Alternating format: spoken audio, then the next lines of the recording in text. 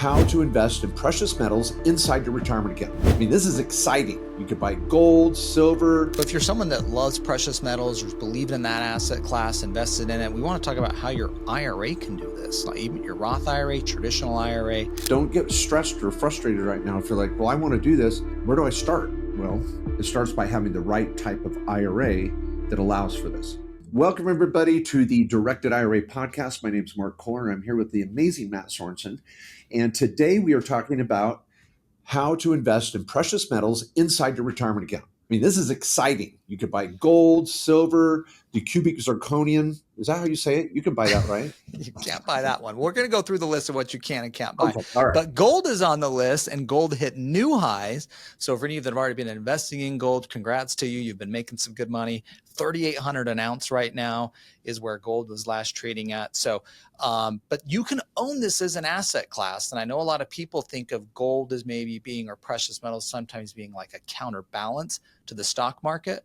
But the stock market's hitting new highs, and we have gold also hitting new highs. We can get into the reasons why on that maybe and speculate here. But the good news is that's been an asset that's been performing well. So we want to talk about how can your IRA own this, like the actual physical metal, like the actual gold bar. How can it own that metal in your IRA? Yeah, and a couple of insights there. We once interviewed someone here on our podcast that actually had a gold bar, and I was like, I want to see this thing because James Bond and Goldfinger, these things were massive, and he held it up and it was like the size of a cell phone. I'm like, what? That's a gold bar? He goes, that's a pound right there. I'm like, geez, but it was pretty cool. But don't listen to anyone out there. There's a lot of bad information about the myths of you can't buy gold because you can't, put it in your house, and you can't do this, you can't do that. And so it's really some bad information has put a chilling effect on this. But because you can do it and do it right, it is super easy. Yeah. And so if you're someone that loves precious metals or believes in that asset class, invested in it, we want to talk about how your IRA can do this, like even your Roth IRA, traditional IRA. We're going to go through a number of things like what precious metals qualify, how you actually purchase them. How do I get this account set up so I can actually buy precious metals in my IRA? I'm not doing that at Fidelity. Like maybe I can buy the ETF, but I can't buy the physical metals. What are the storage requirements of this? And then some of the kind of do's and don'ts and some of the things that we've seen over the years. So let's start at the first point on this, which is what precious metals qualify here. Matt, does the coins in Pirates of the Caribbean, do those work? Jack Sparrow's. It depends. It depends. So let's talk about it here. Okay. Actually, that's serious. That's a good question. That movie was fake though, but just, don't hate to burst your bubble, but you know what I mean? Don't you start talking about Santa Claus. I mean, don't go there.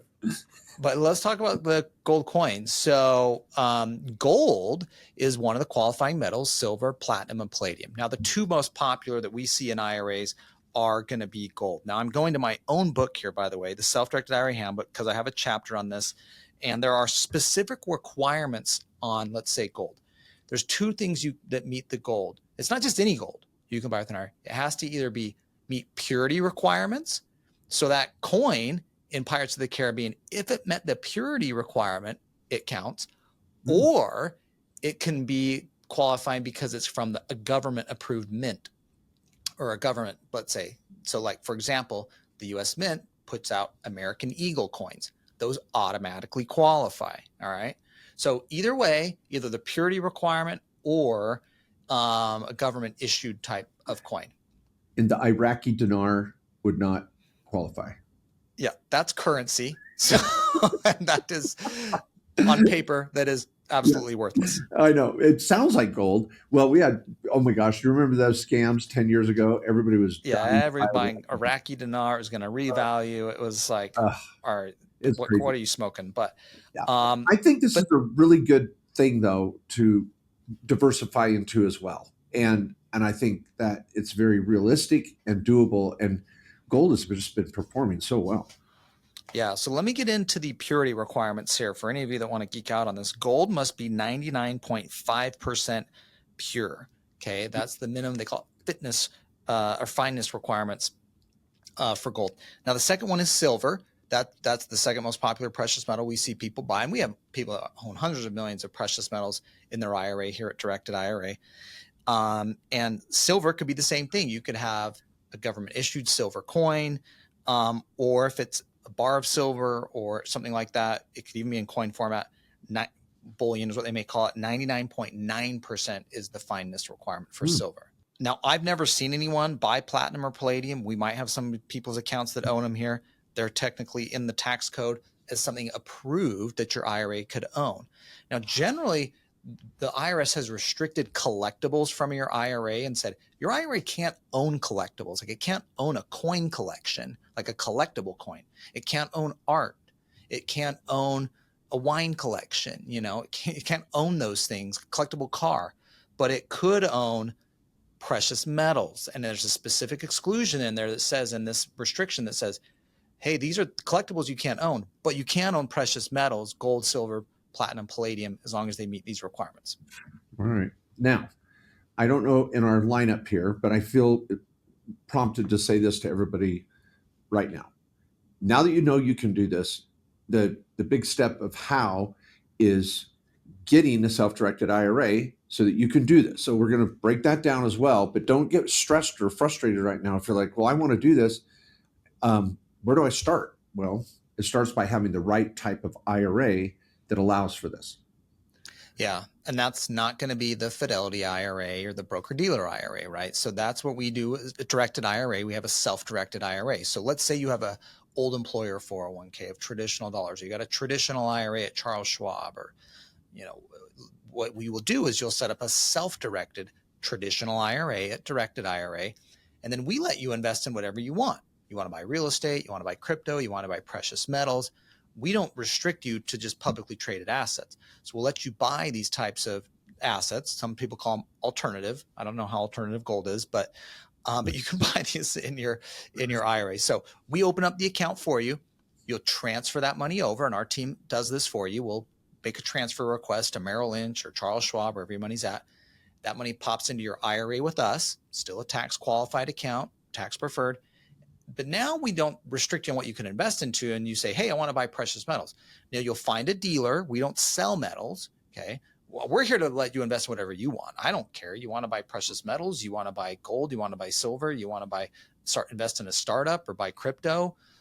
We don't have a horse in that race, so to speak. We just want you to be able to invest in what you want to. Mm-hmm. And so now we do have dealers that we can refer you to if you need assistance with that, with someone that's like, well, who can I buy precious metals from that'll work in my IRA?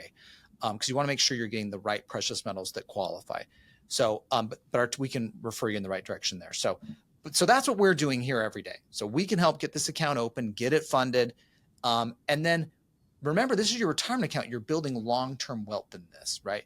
You're building this up. You would do this because you believe in precious metals. You believe in gold or silver, whatever it might be, as being more valuable over time and going to be growing your retirement account. So you have a retirement account you're looking forward to, right? With a big account. Yeah. Now, some of you have bought precious metals before, and you might go to a dealer and go pick them up and go home and bury them in the backyard or put them under your bed or something like that. Maybe in the safe or something like that. Yeah. Oh, that's a good idea. Mark's stuck on Pirates of the Caribbean. He's like, X marks the spot here. Chest, the chest. A treasure chest, maybe. Yeah. with the goblet made of gold. Yeah. But that's because you own it personally. You can be involved in that whole process of buying it, mm-hmm. storing it, and looking at it at night and petting it, whatever you want to do with your gold. But when your IRA is buying it, you want to go through the right type of vendors that know you have an IRA and that can provide custodianship or holding it for you in this. And there's not a lot of options here. You want to make sure you do it right, but it's actually quite doable and not that expensive. Maybe Matt, walk us through an example of that. Yeah, there's a storage requirement for precious metals. So the tax code has a provision in it for IRAs that says when your IRA owns precious metals, they must be stored at a custodian that is a bank, trust company, credit union. Okay, so there must be a third-party storage place for those precious metals. And the IRS has came out pretty clearly and said, you can't store these at your home. Like there's some, guidance out from the IRS and kind of some buyer beware kind of taxpayer notices that have gone out from the IRS, because they've cracked down on some people that have bought precious metals in their IRA and stored them at home. If you do that, the IRS deems that a distribution. They consider, once those precious metals get to your house and they're in your personal possession, they deem that to be a distribution. So no storage at your home. So we use a third-party storage facility. A lot of companies in the space use. Whoa. You can even go in there. I thought we were storing all of this gold in the basement of our building. That's where you were going. No, definitely not. This facility that stores it, literally, it knows, for every employee, it knows if you have a filling in your tooth or not. And if you went to the dentist that day and you didn't update it, you will get scanned in and out when you go in and out of this building, and they'll be like, there's metal on you more than normal. Wow. Okay, it is literally like a Fort Knox and lockdown, which is the type of place you probably want your metals. Okay, yeah. I don't want them in the treasure chest, in the backyard. So, but that's a requirement for the precious metals owned in your IRA. They must be stored according to the IRS requirements, which does not include your home. Now, you can have some personal possession of them during transportation, if that was necessary, where your IRA bought them and you were somehow transporting them to be deposited properly. Generally, that's what you're just going to have is you buy them from a precious metals dealer. They're going to ship them to the depository that stores them, or that depository, frankly, many of them have a lot of the metals in the industry. They're already sitting on a shelf in there. They're just moving it to your name in your IRA as opposed to who just sold it to you. So what can people expect in a cost? Let's say they bought $10,000 worth of gold or $50,000. What would the storage cost be? So it could be $100 to $200 annual storage fee. Now we have, a self-directed account at Directed IRA is $495 a year that you can invest in any asset. Now we do have a specific, if you're just buying precious metals, there are some different pricing on that where it could be less.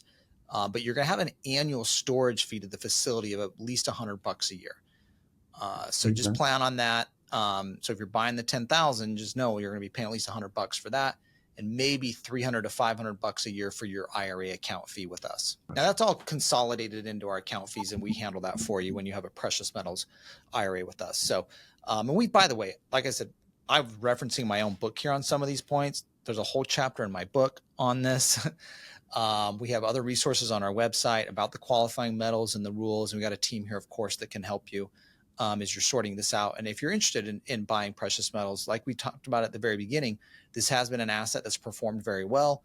Who knows if it's going to continue to grow from here? We're not trying to give you investment advice, but we want to let you know this is an actual option in your IRA, like the actual physical precious metals. You can own them in your IRA. Well, it's a short podcast today or broadcast because it really is that simple. It's exciting. It's something you can do in just a few days, getting an account open, and we've got incredible resources there to help you do it quickly. An online app, and on your desktop version, you can be opening an account tonight and started talking with precious metal dealers tomorrow. So it's pretty cool. But anyway, thank you everyone for being here and being a part of this amazing mission and journey that Matt and I are on to kind of educate the world about this self-directed retirement account option that so many people don't know about. And we just feel so passionate that it unlocks true retirement building that people could only dream of. And we are just honored that we are one of your podcasts you listen to. Please share it with your friends and family. Give us a thumbs up, 5-star, 10 whatevers, just 10 out of 10. Yeah. And we'll be back next week and a lot of podcasts sometimes in between on additional topics to help you out in your journey too. Thanks so much. See you next week. And thank you everyone for listening. A quick disclaimer and reminder. This presentation does not constitute an attorney or CPA client relationship, and it is always in your best interest to consult competent legal and tax professionals when conducting your own personal transactions. We also want to make sure you know this is not investment advice or financial advice. We're just trying to give you education, ideas, and strategies you can take to your professionals or conduct your own research on. We'll see you next time.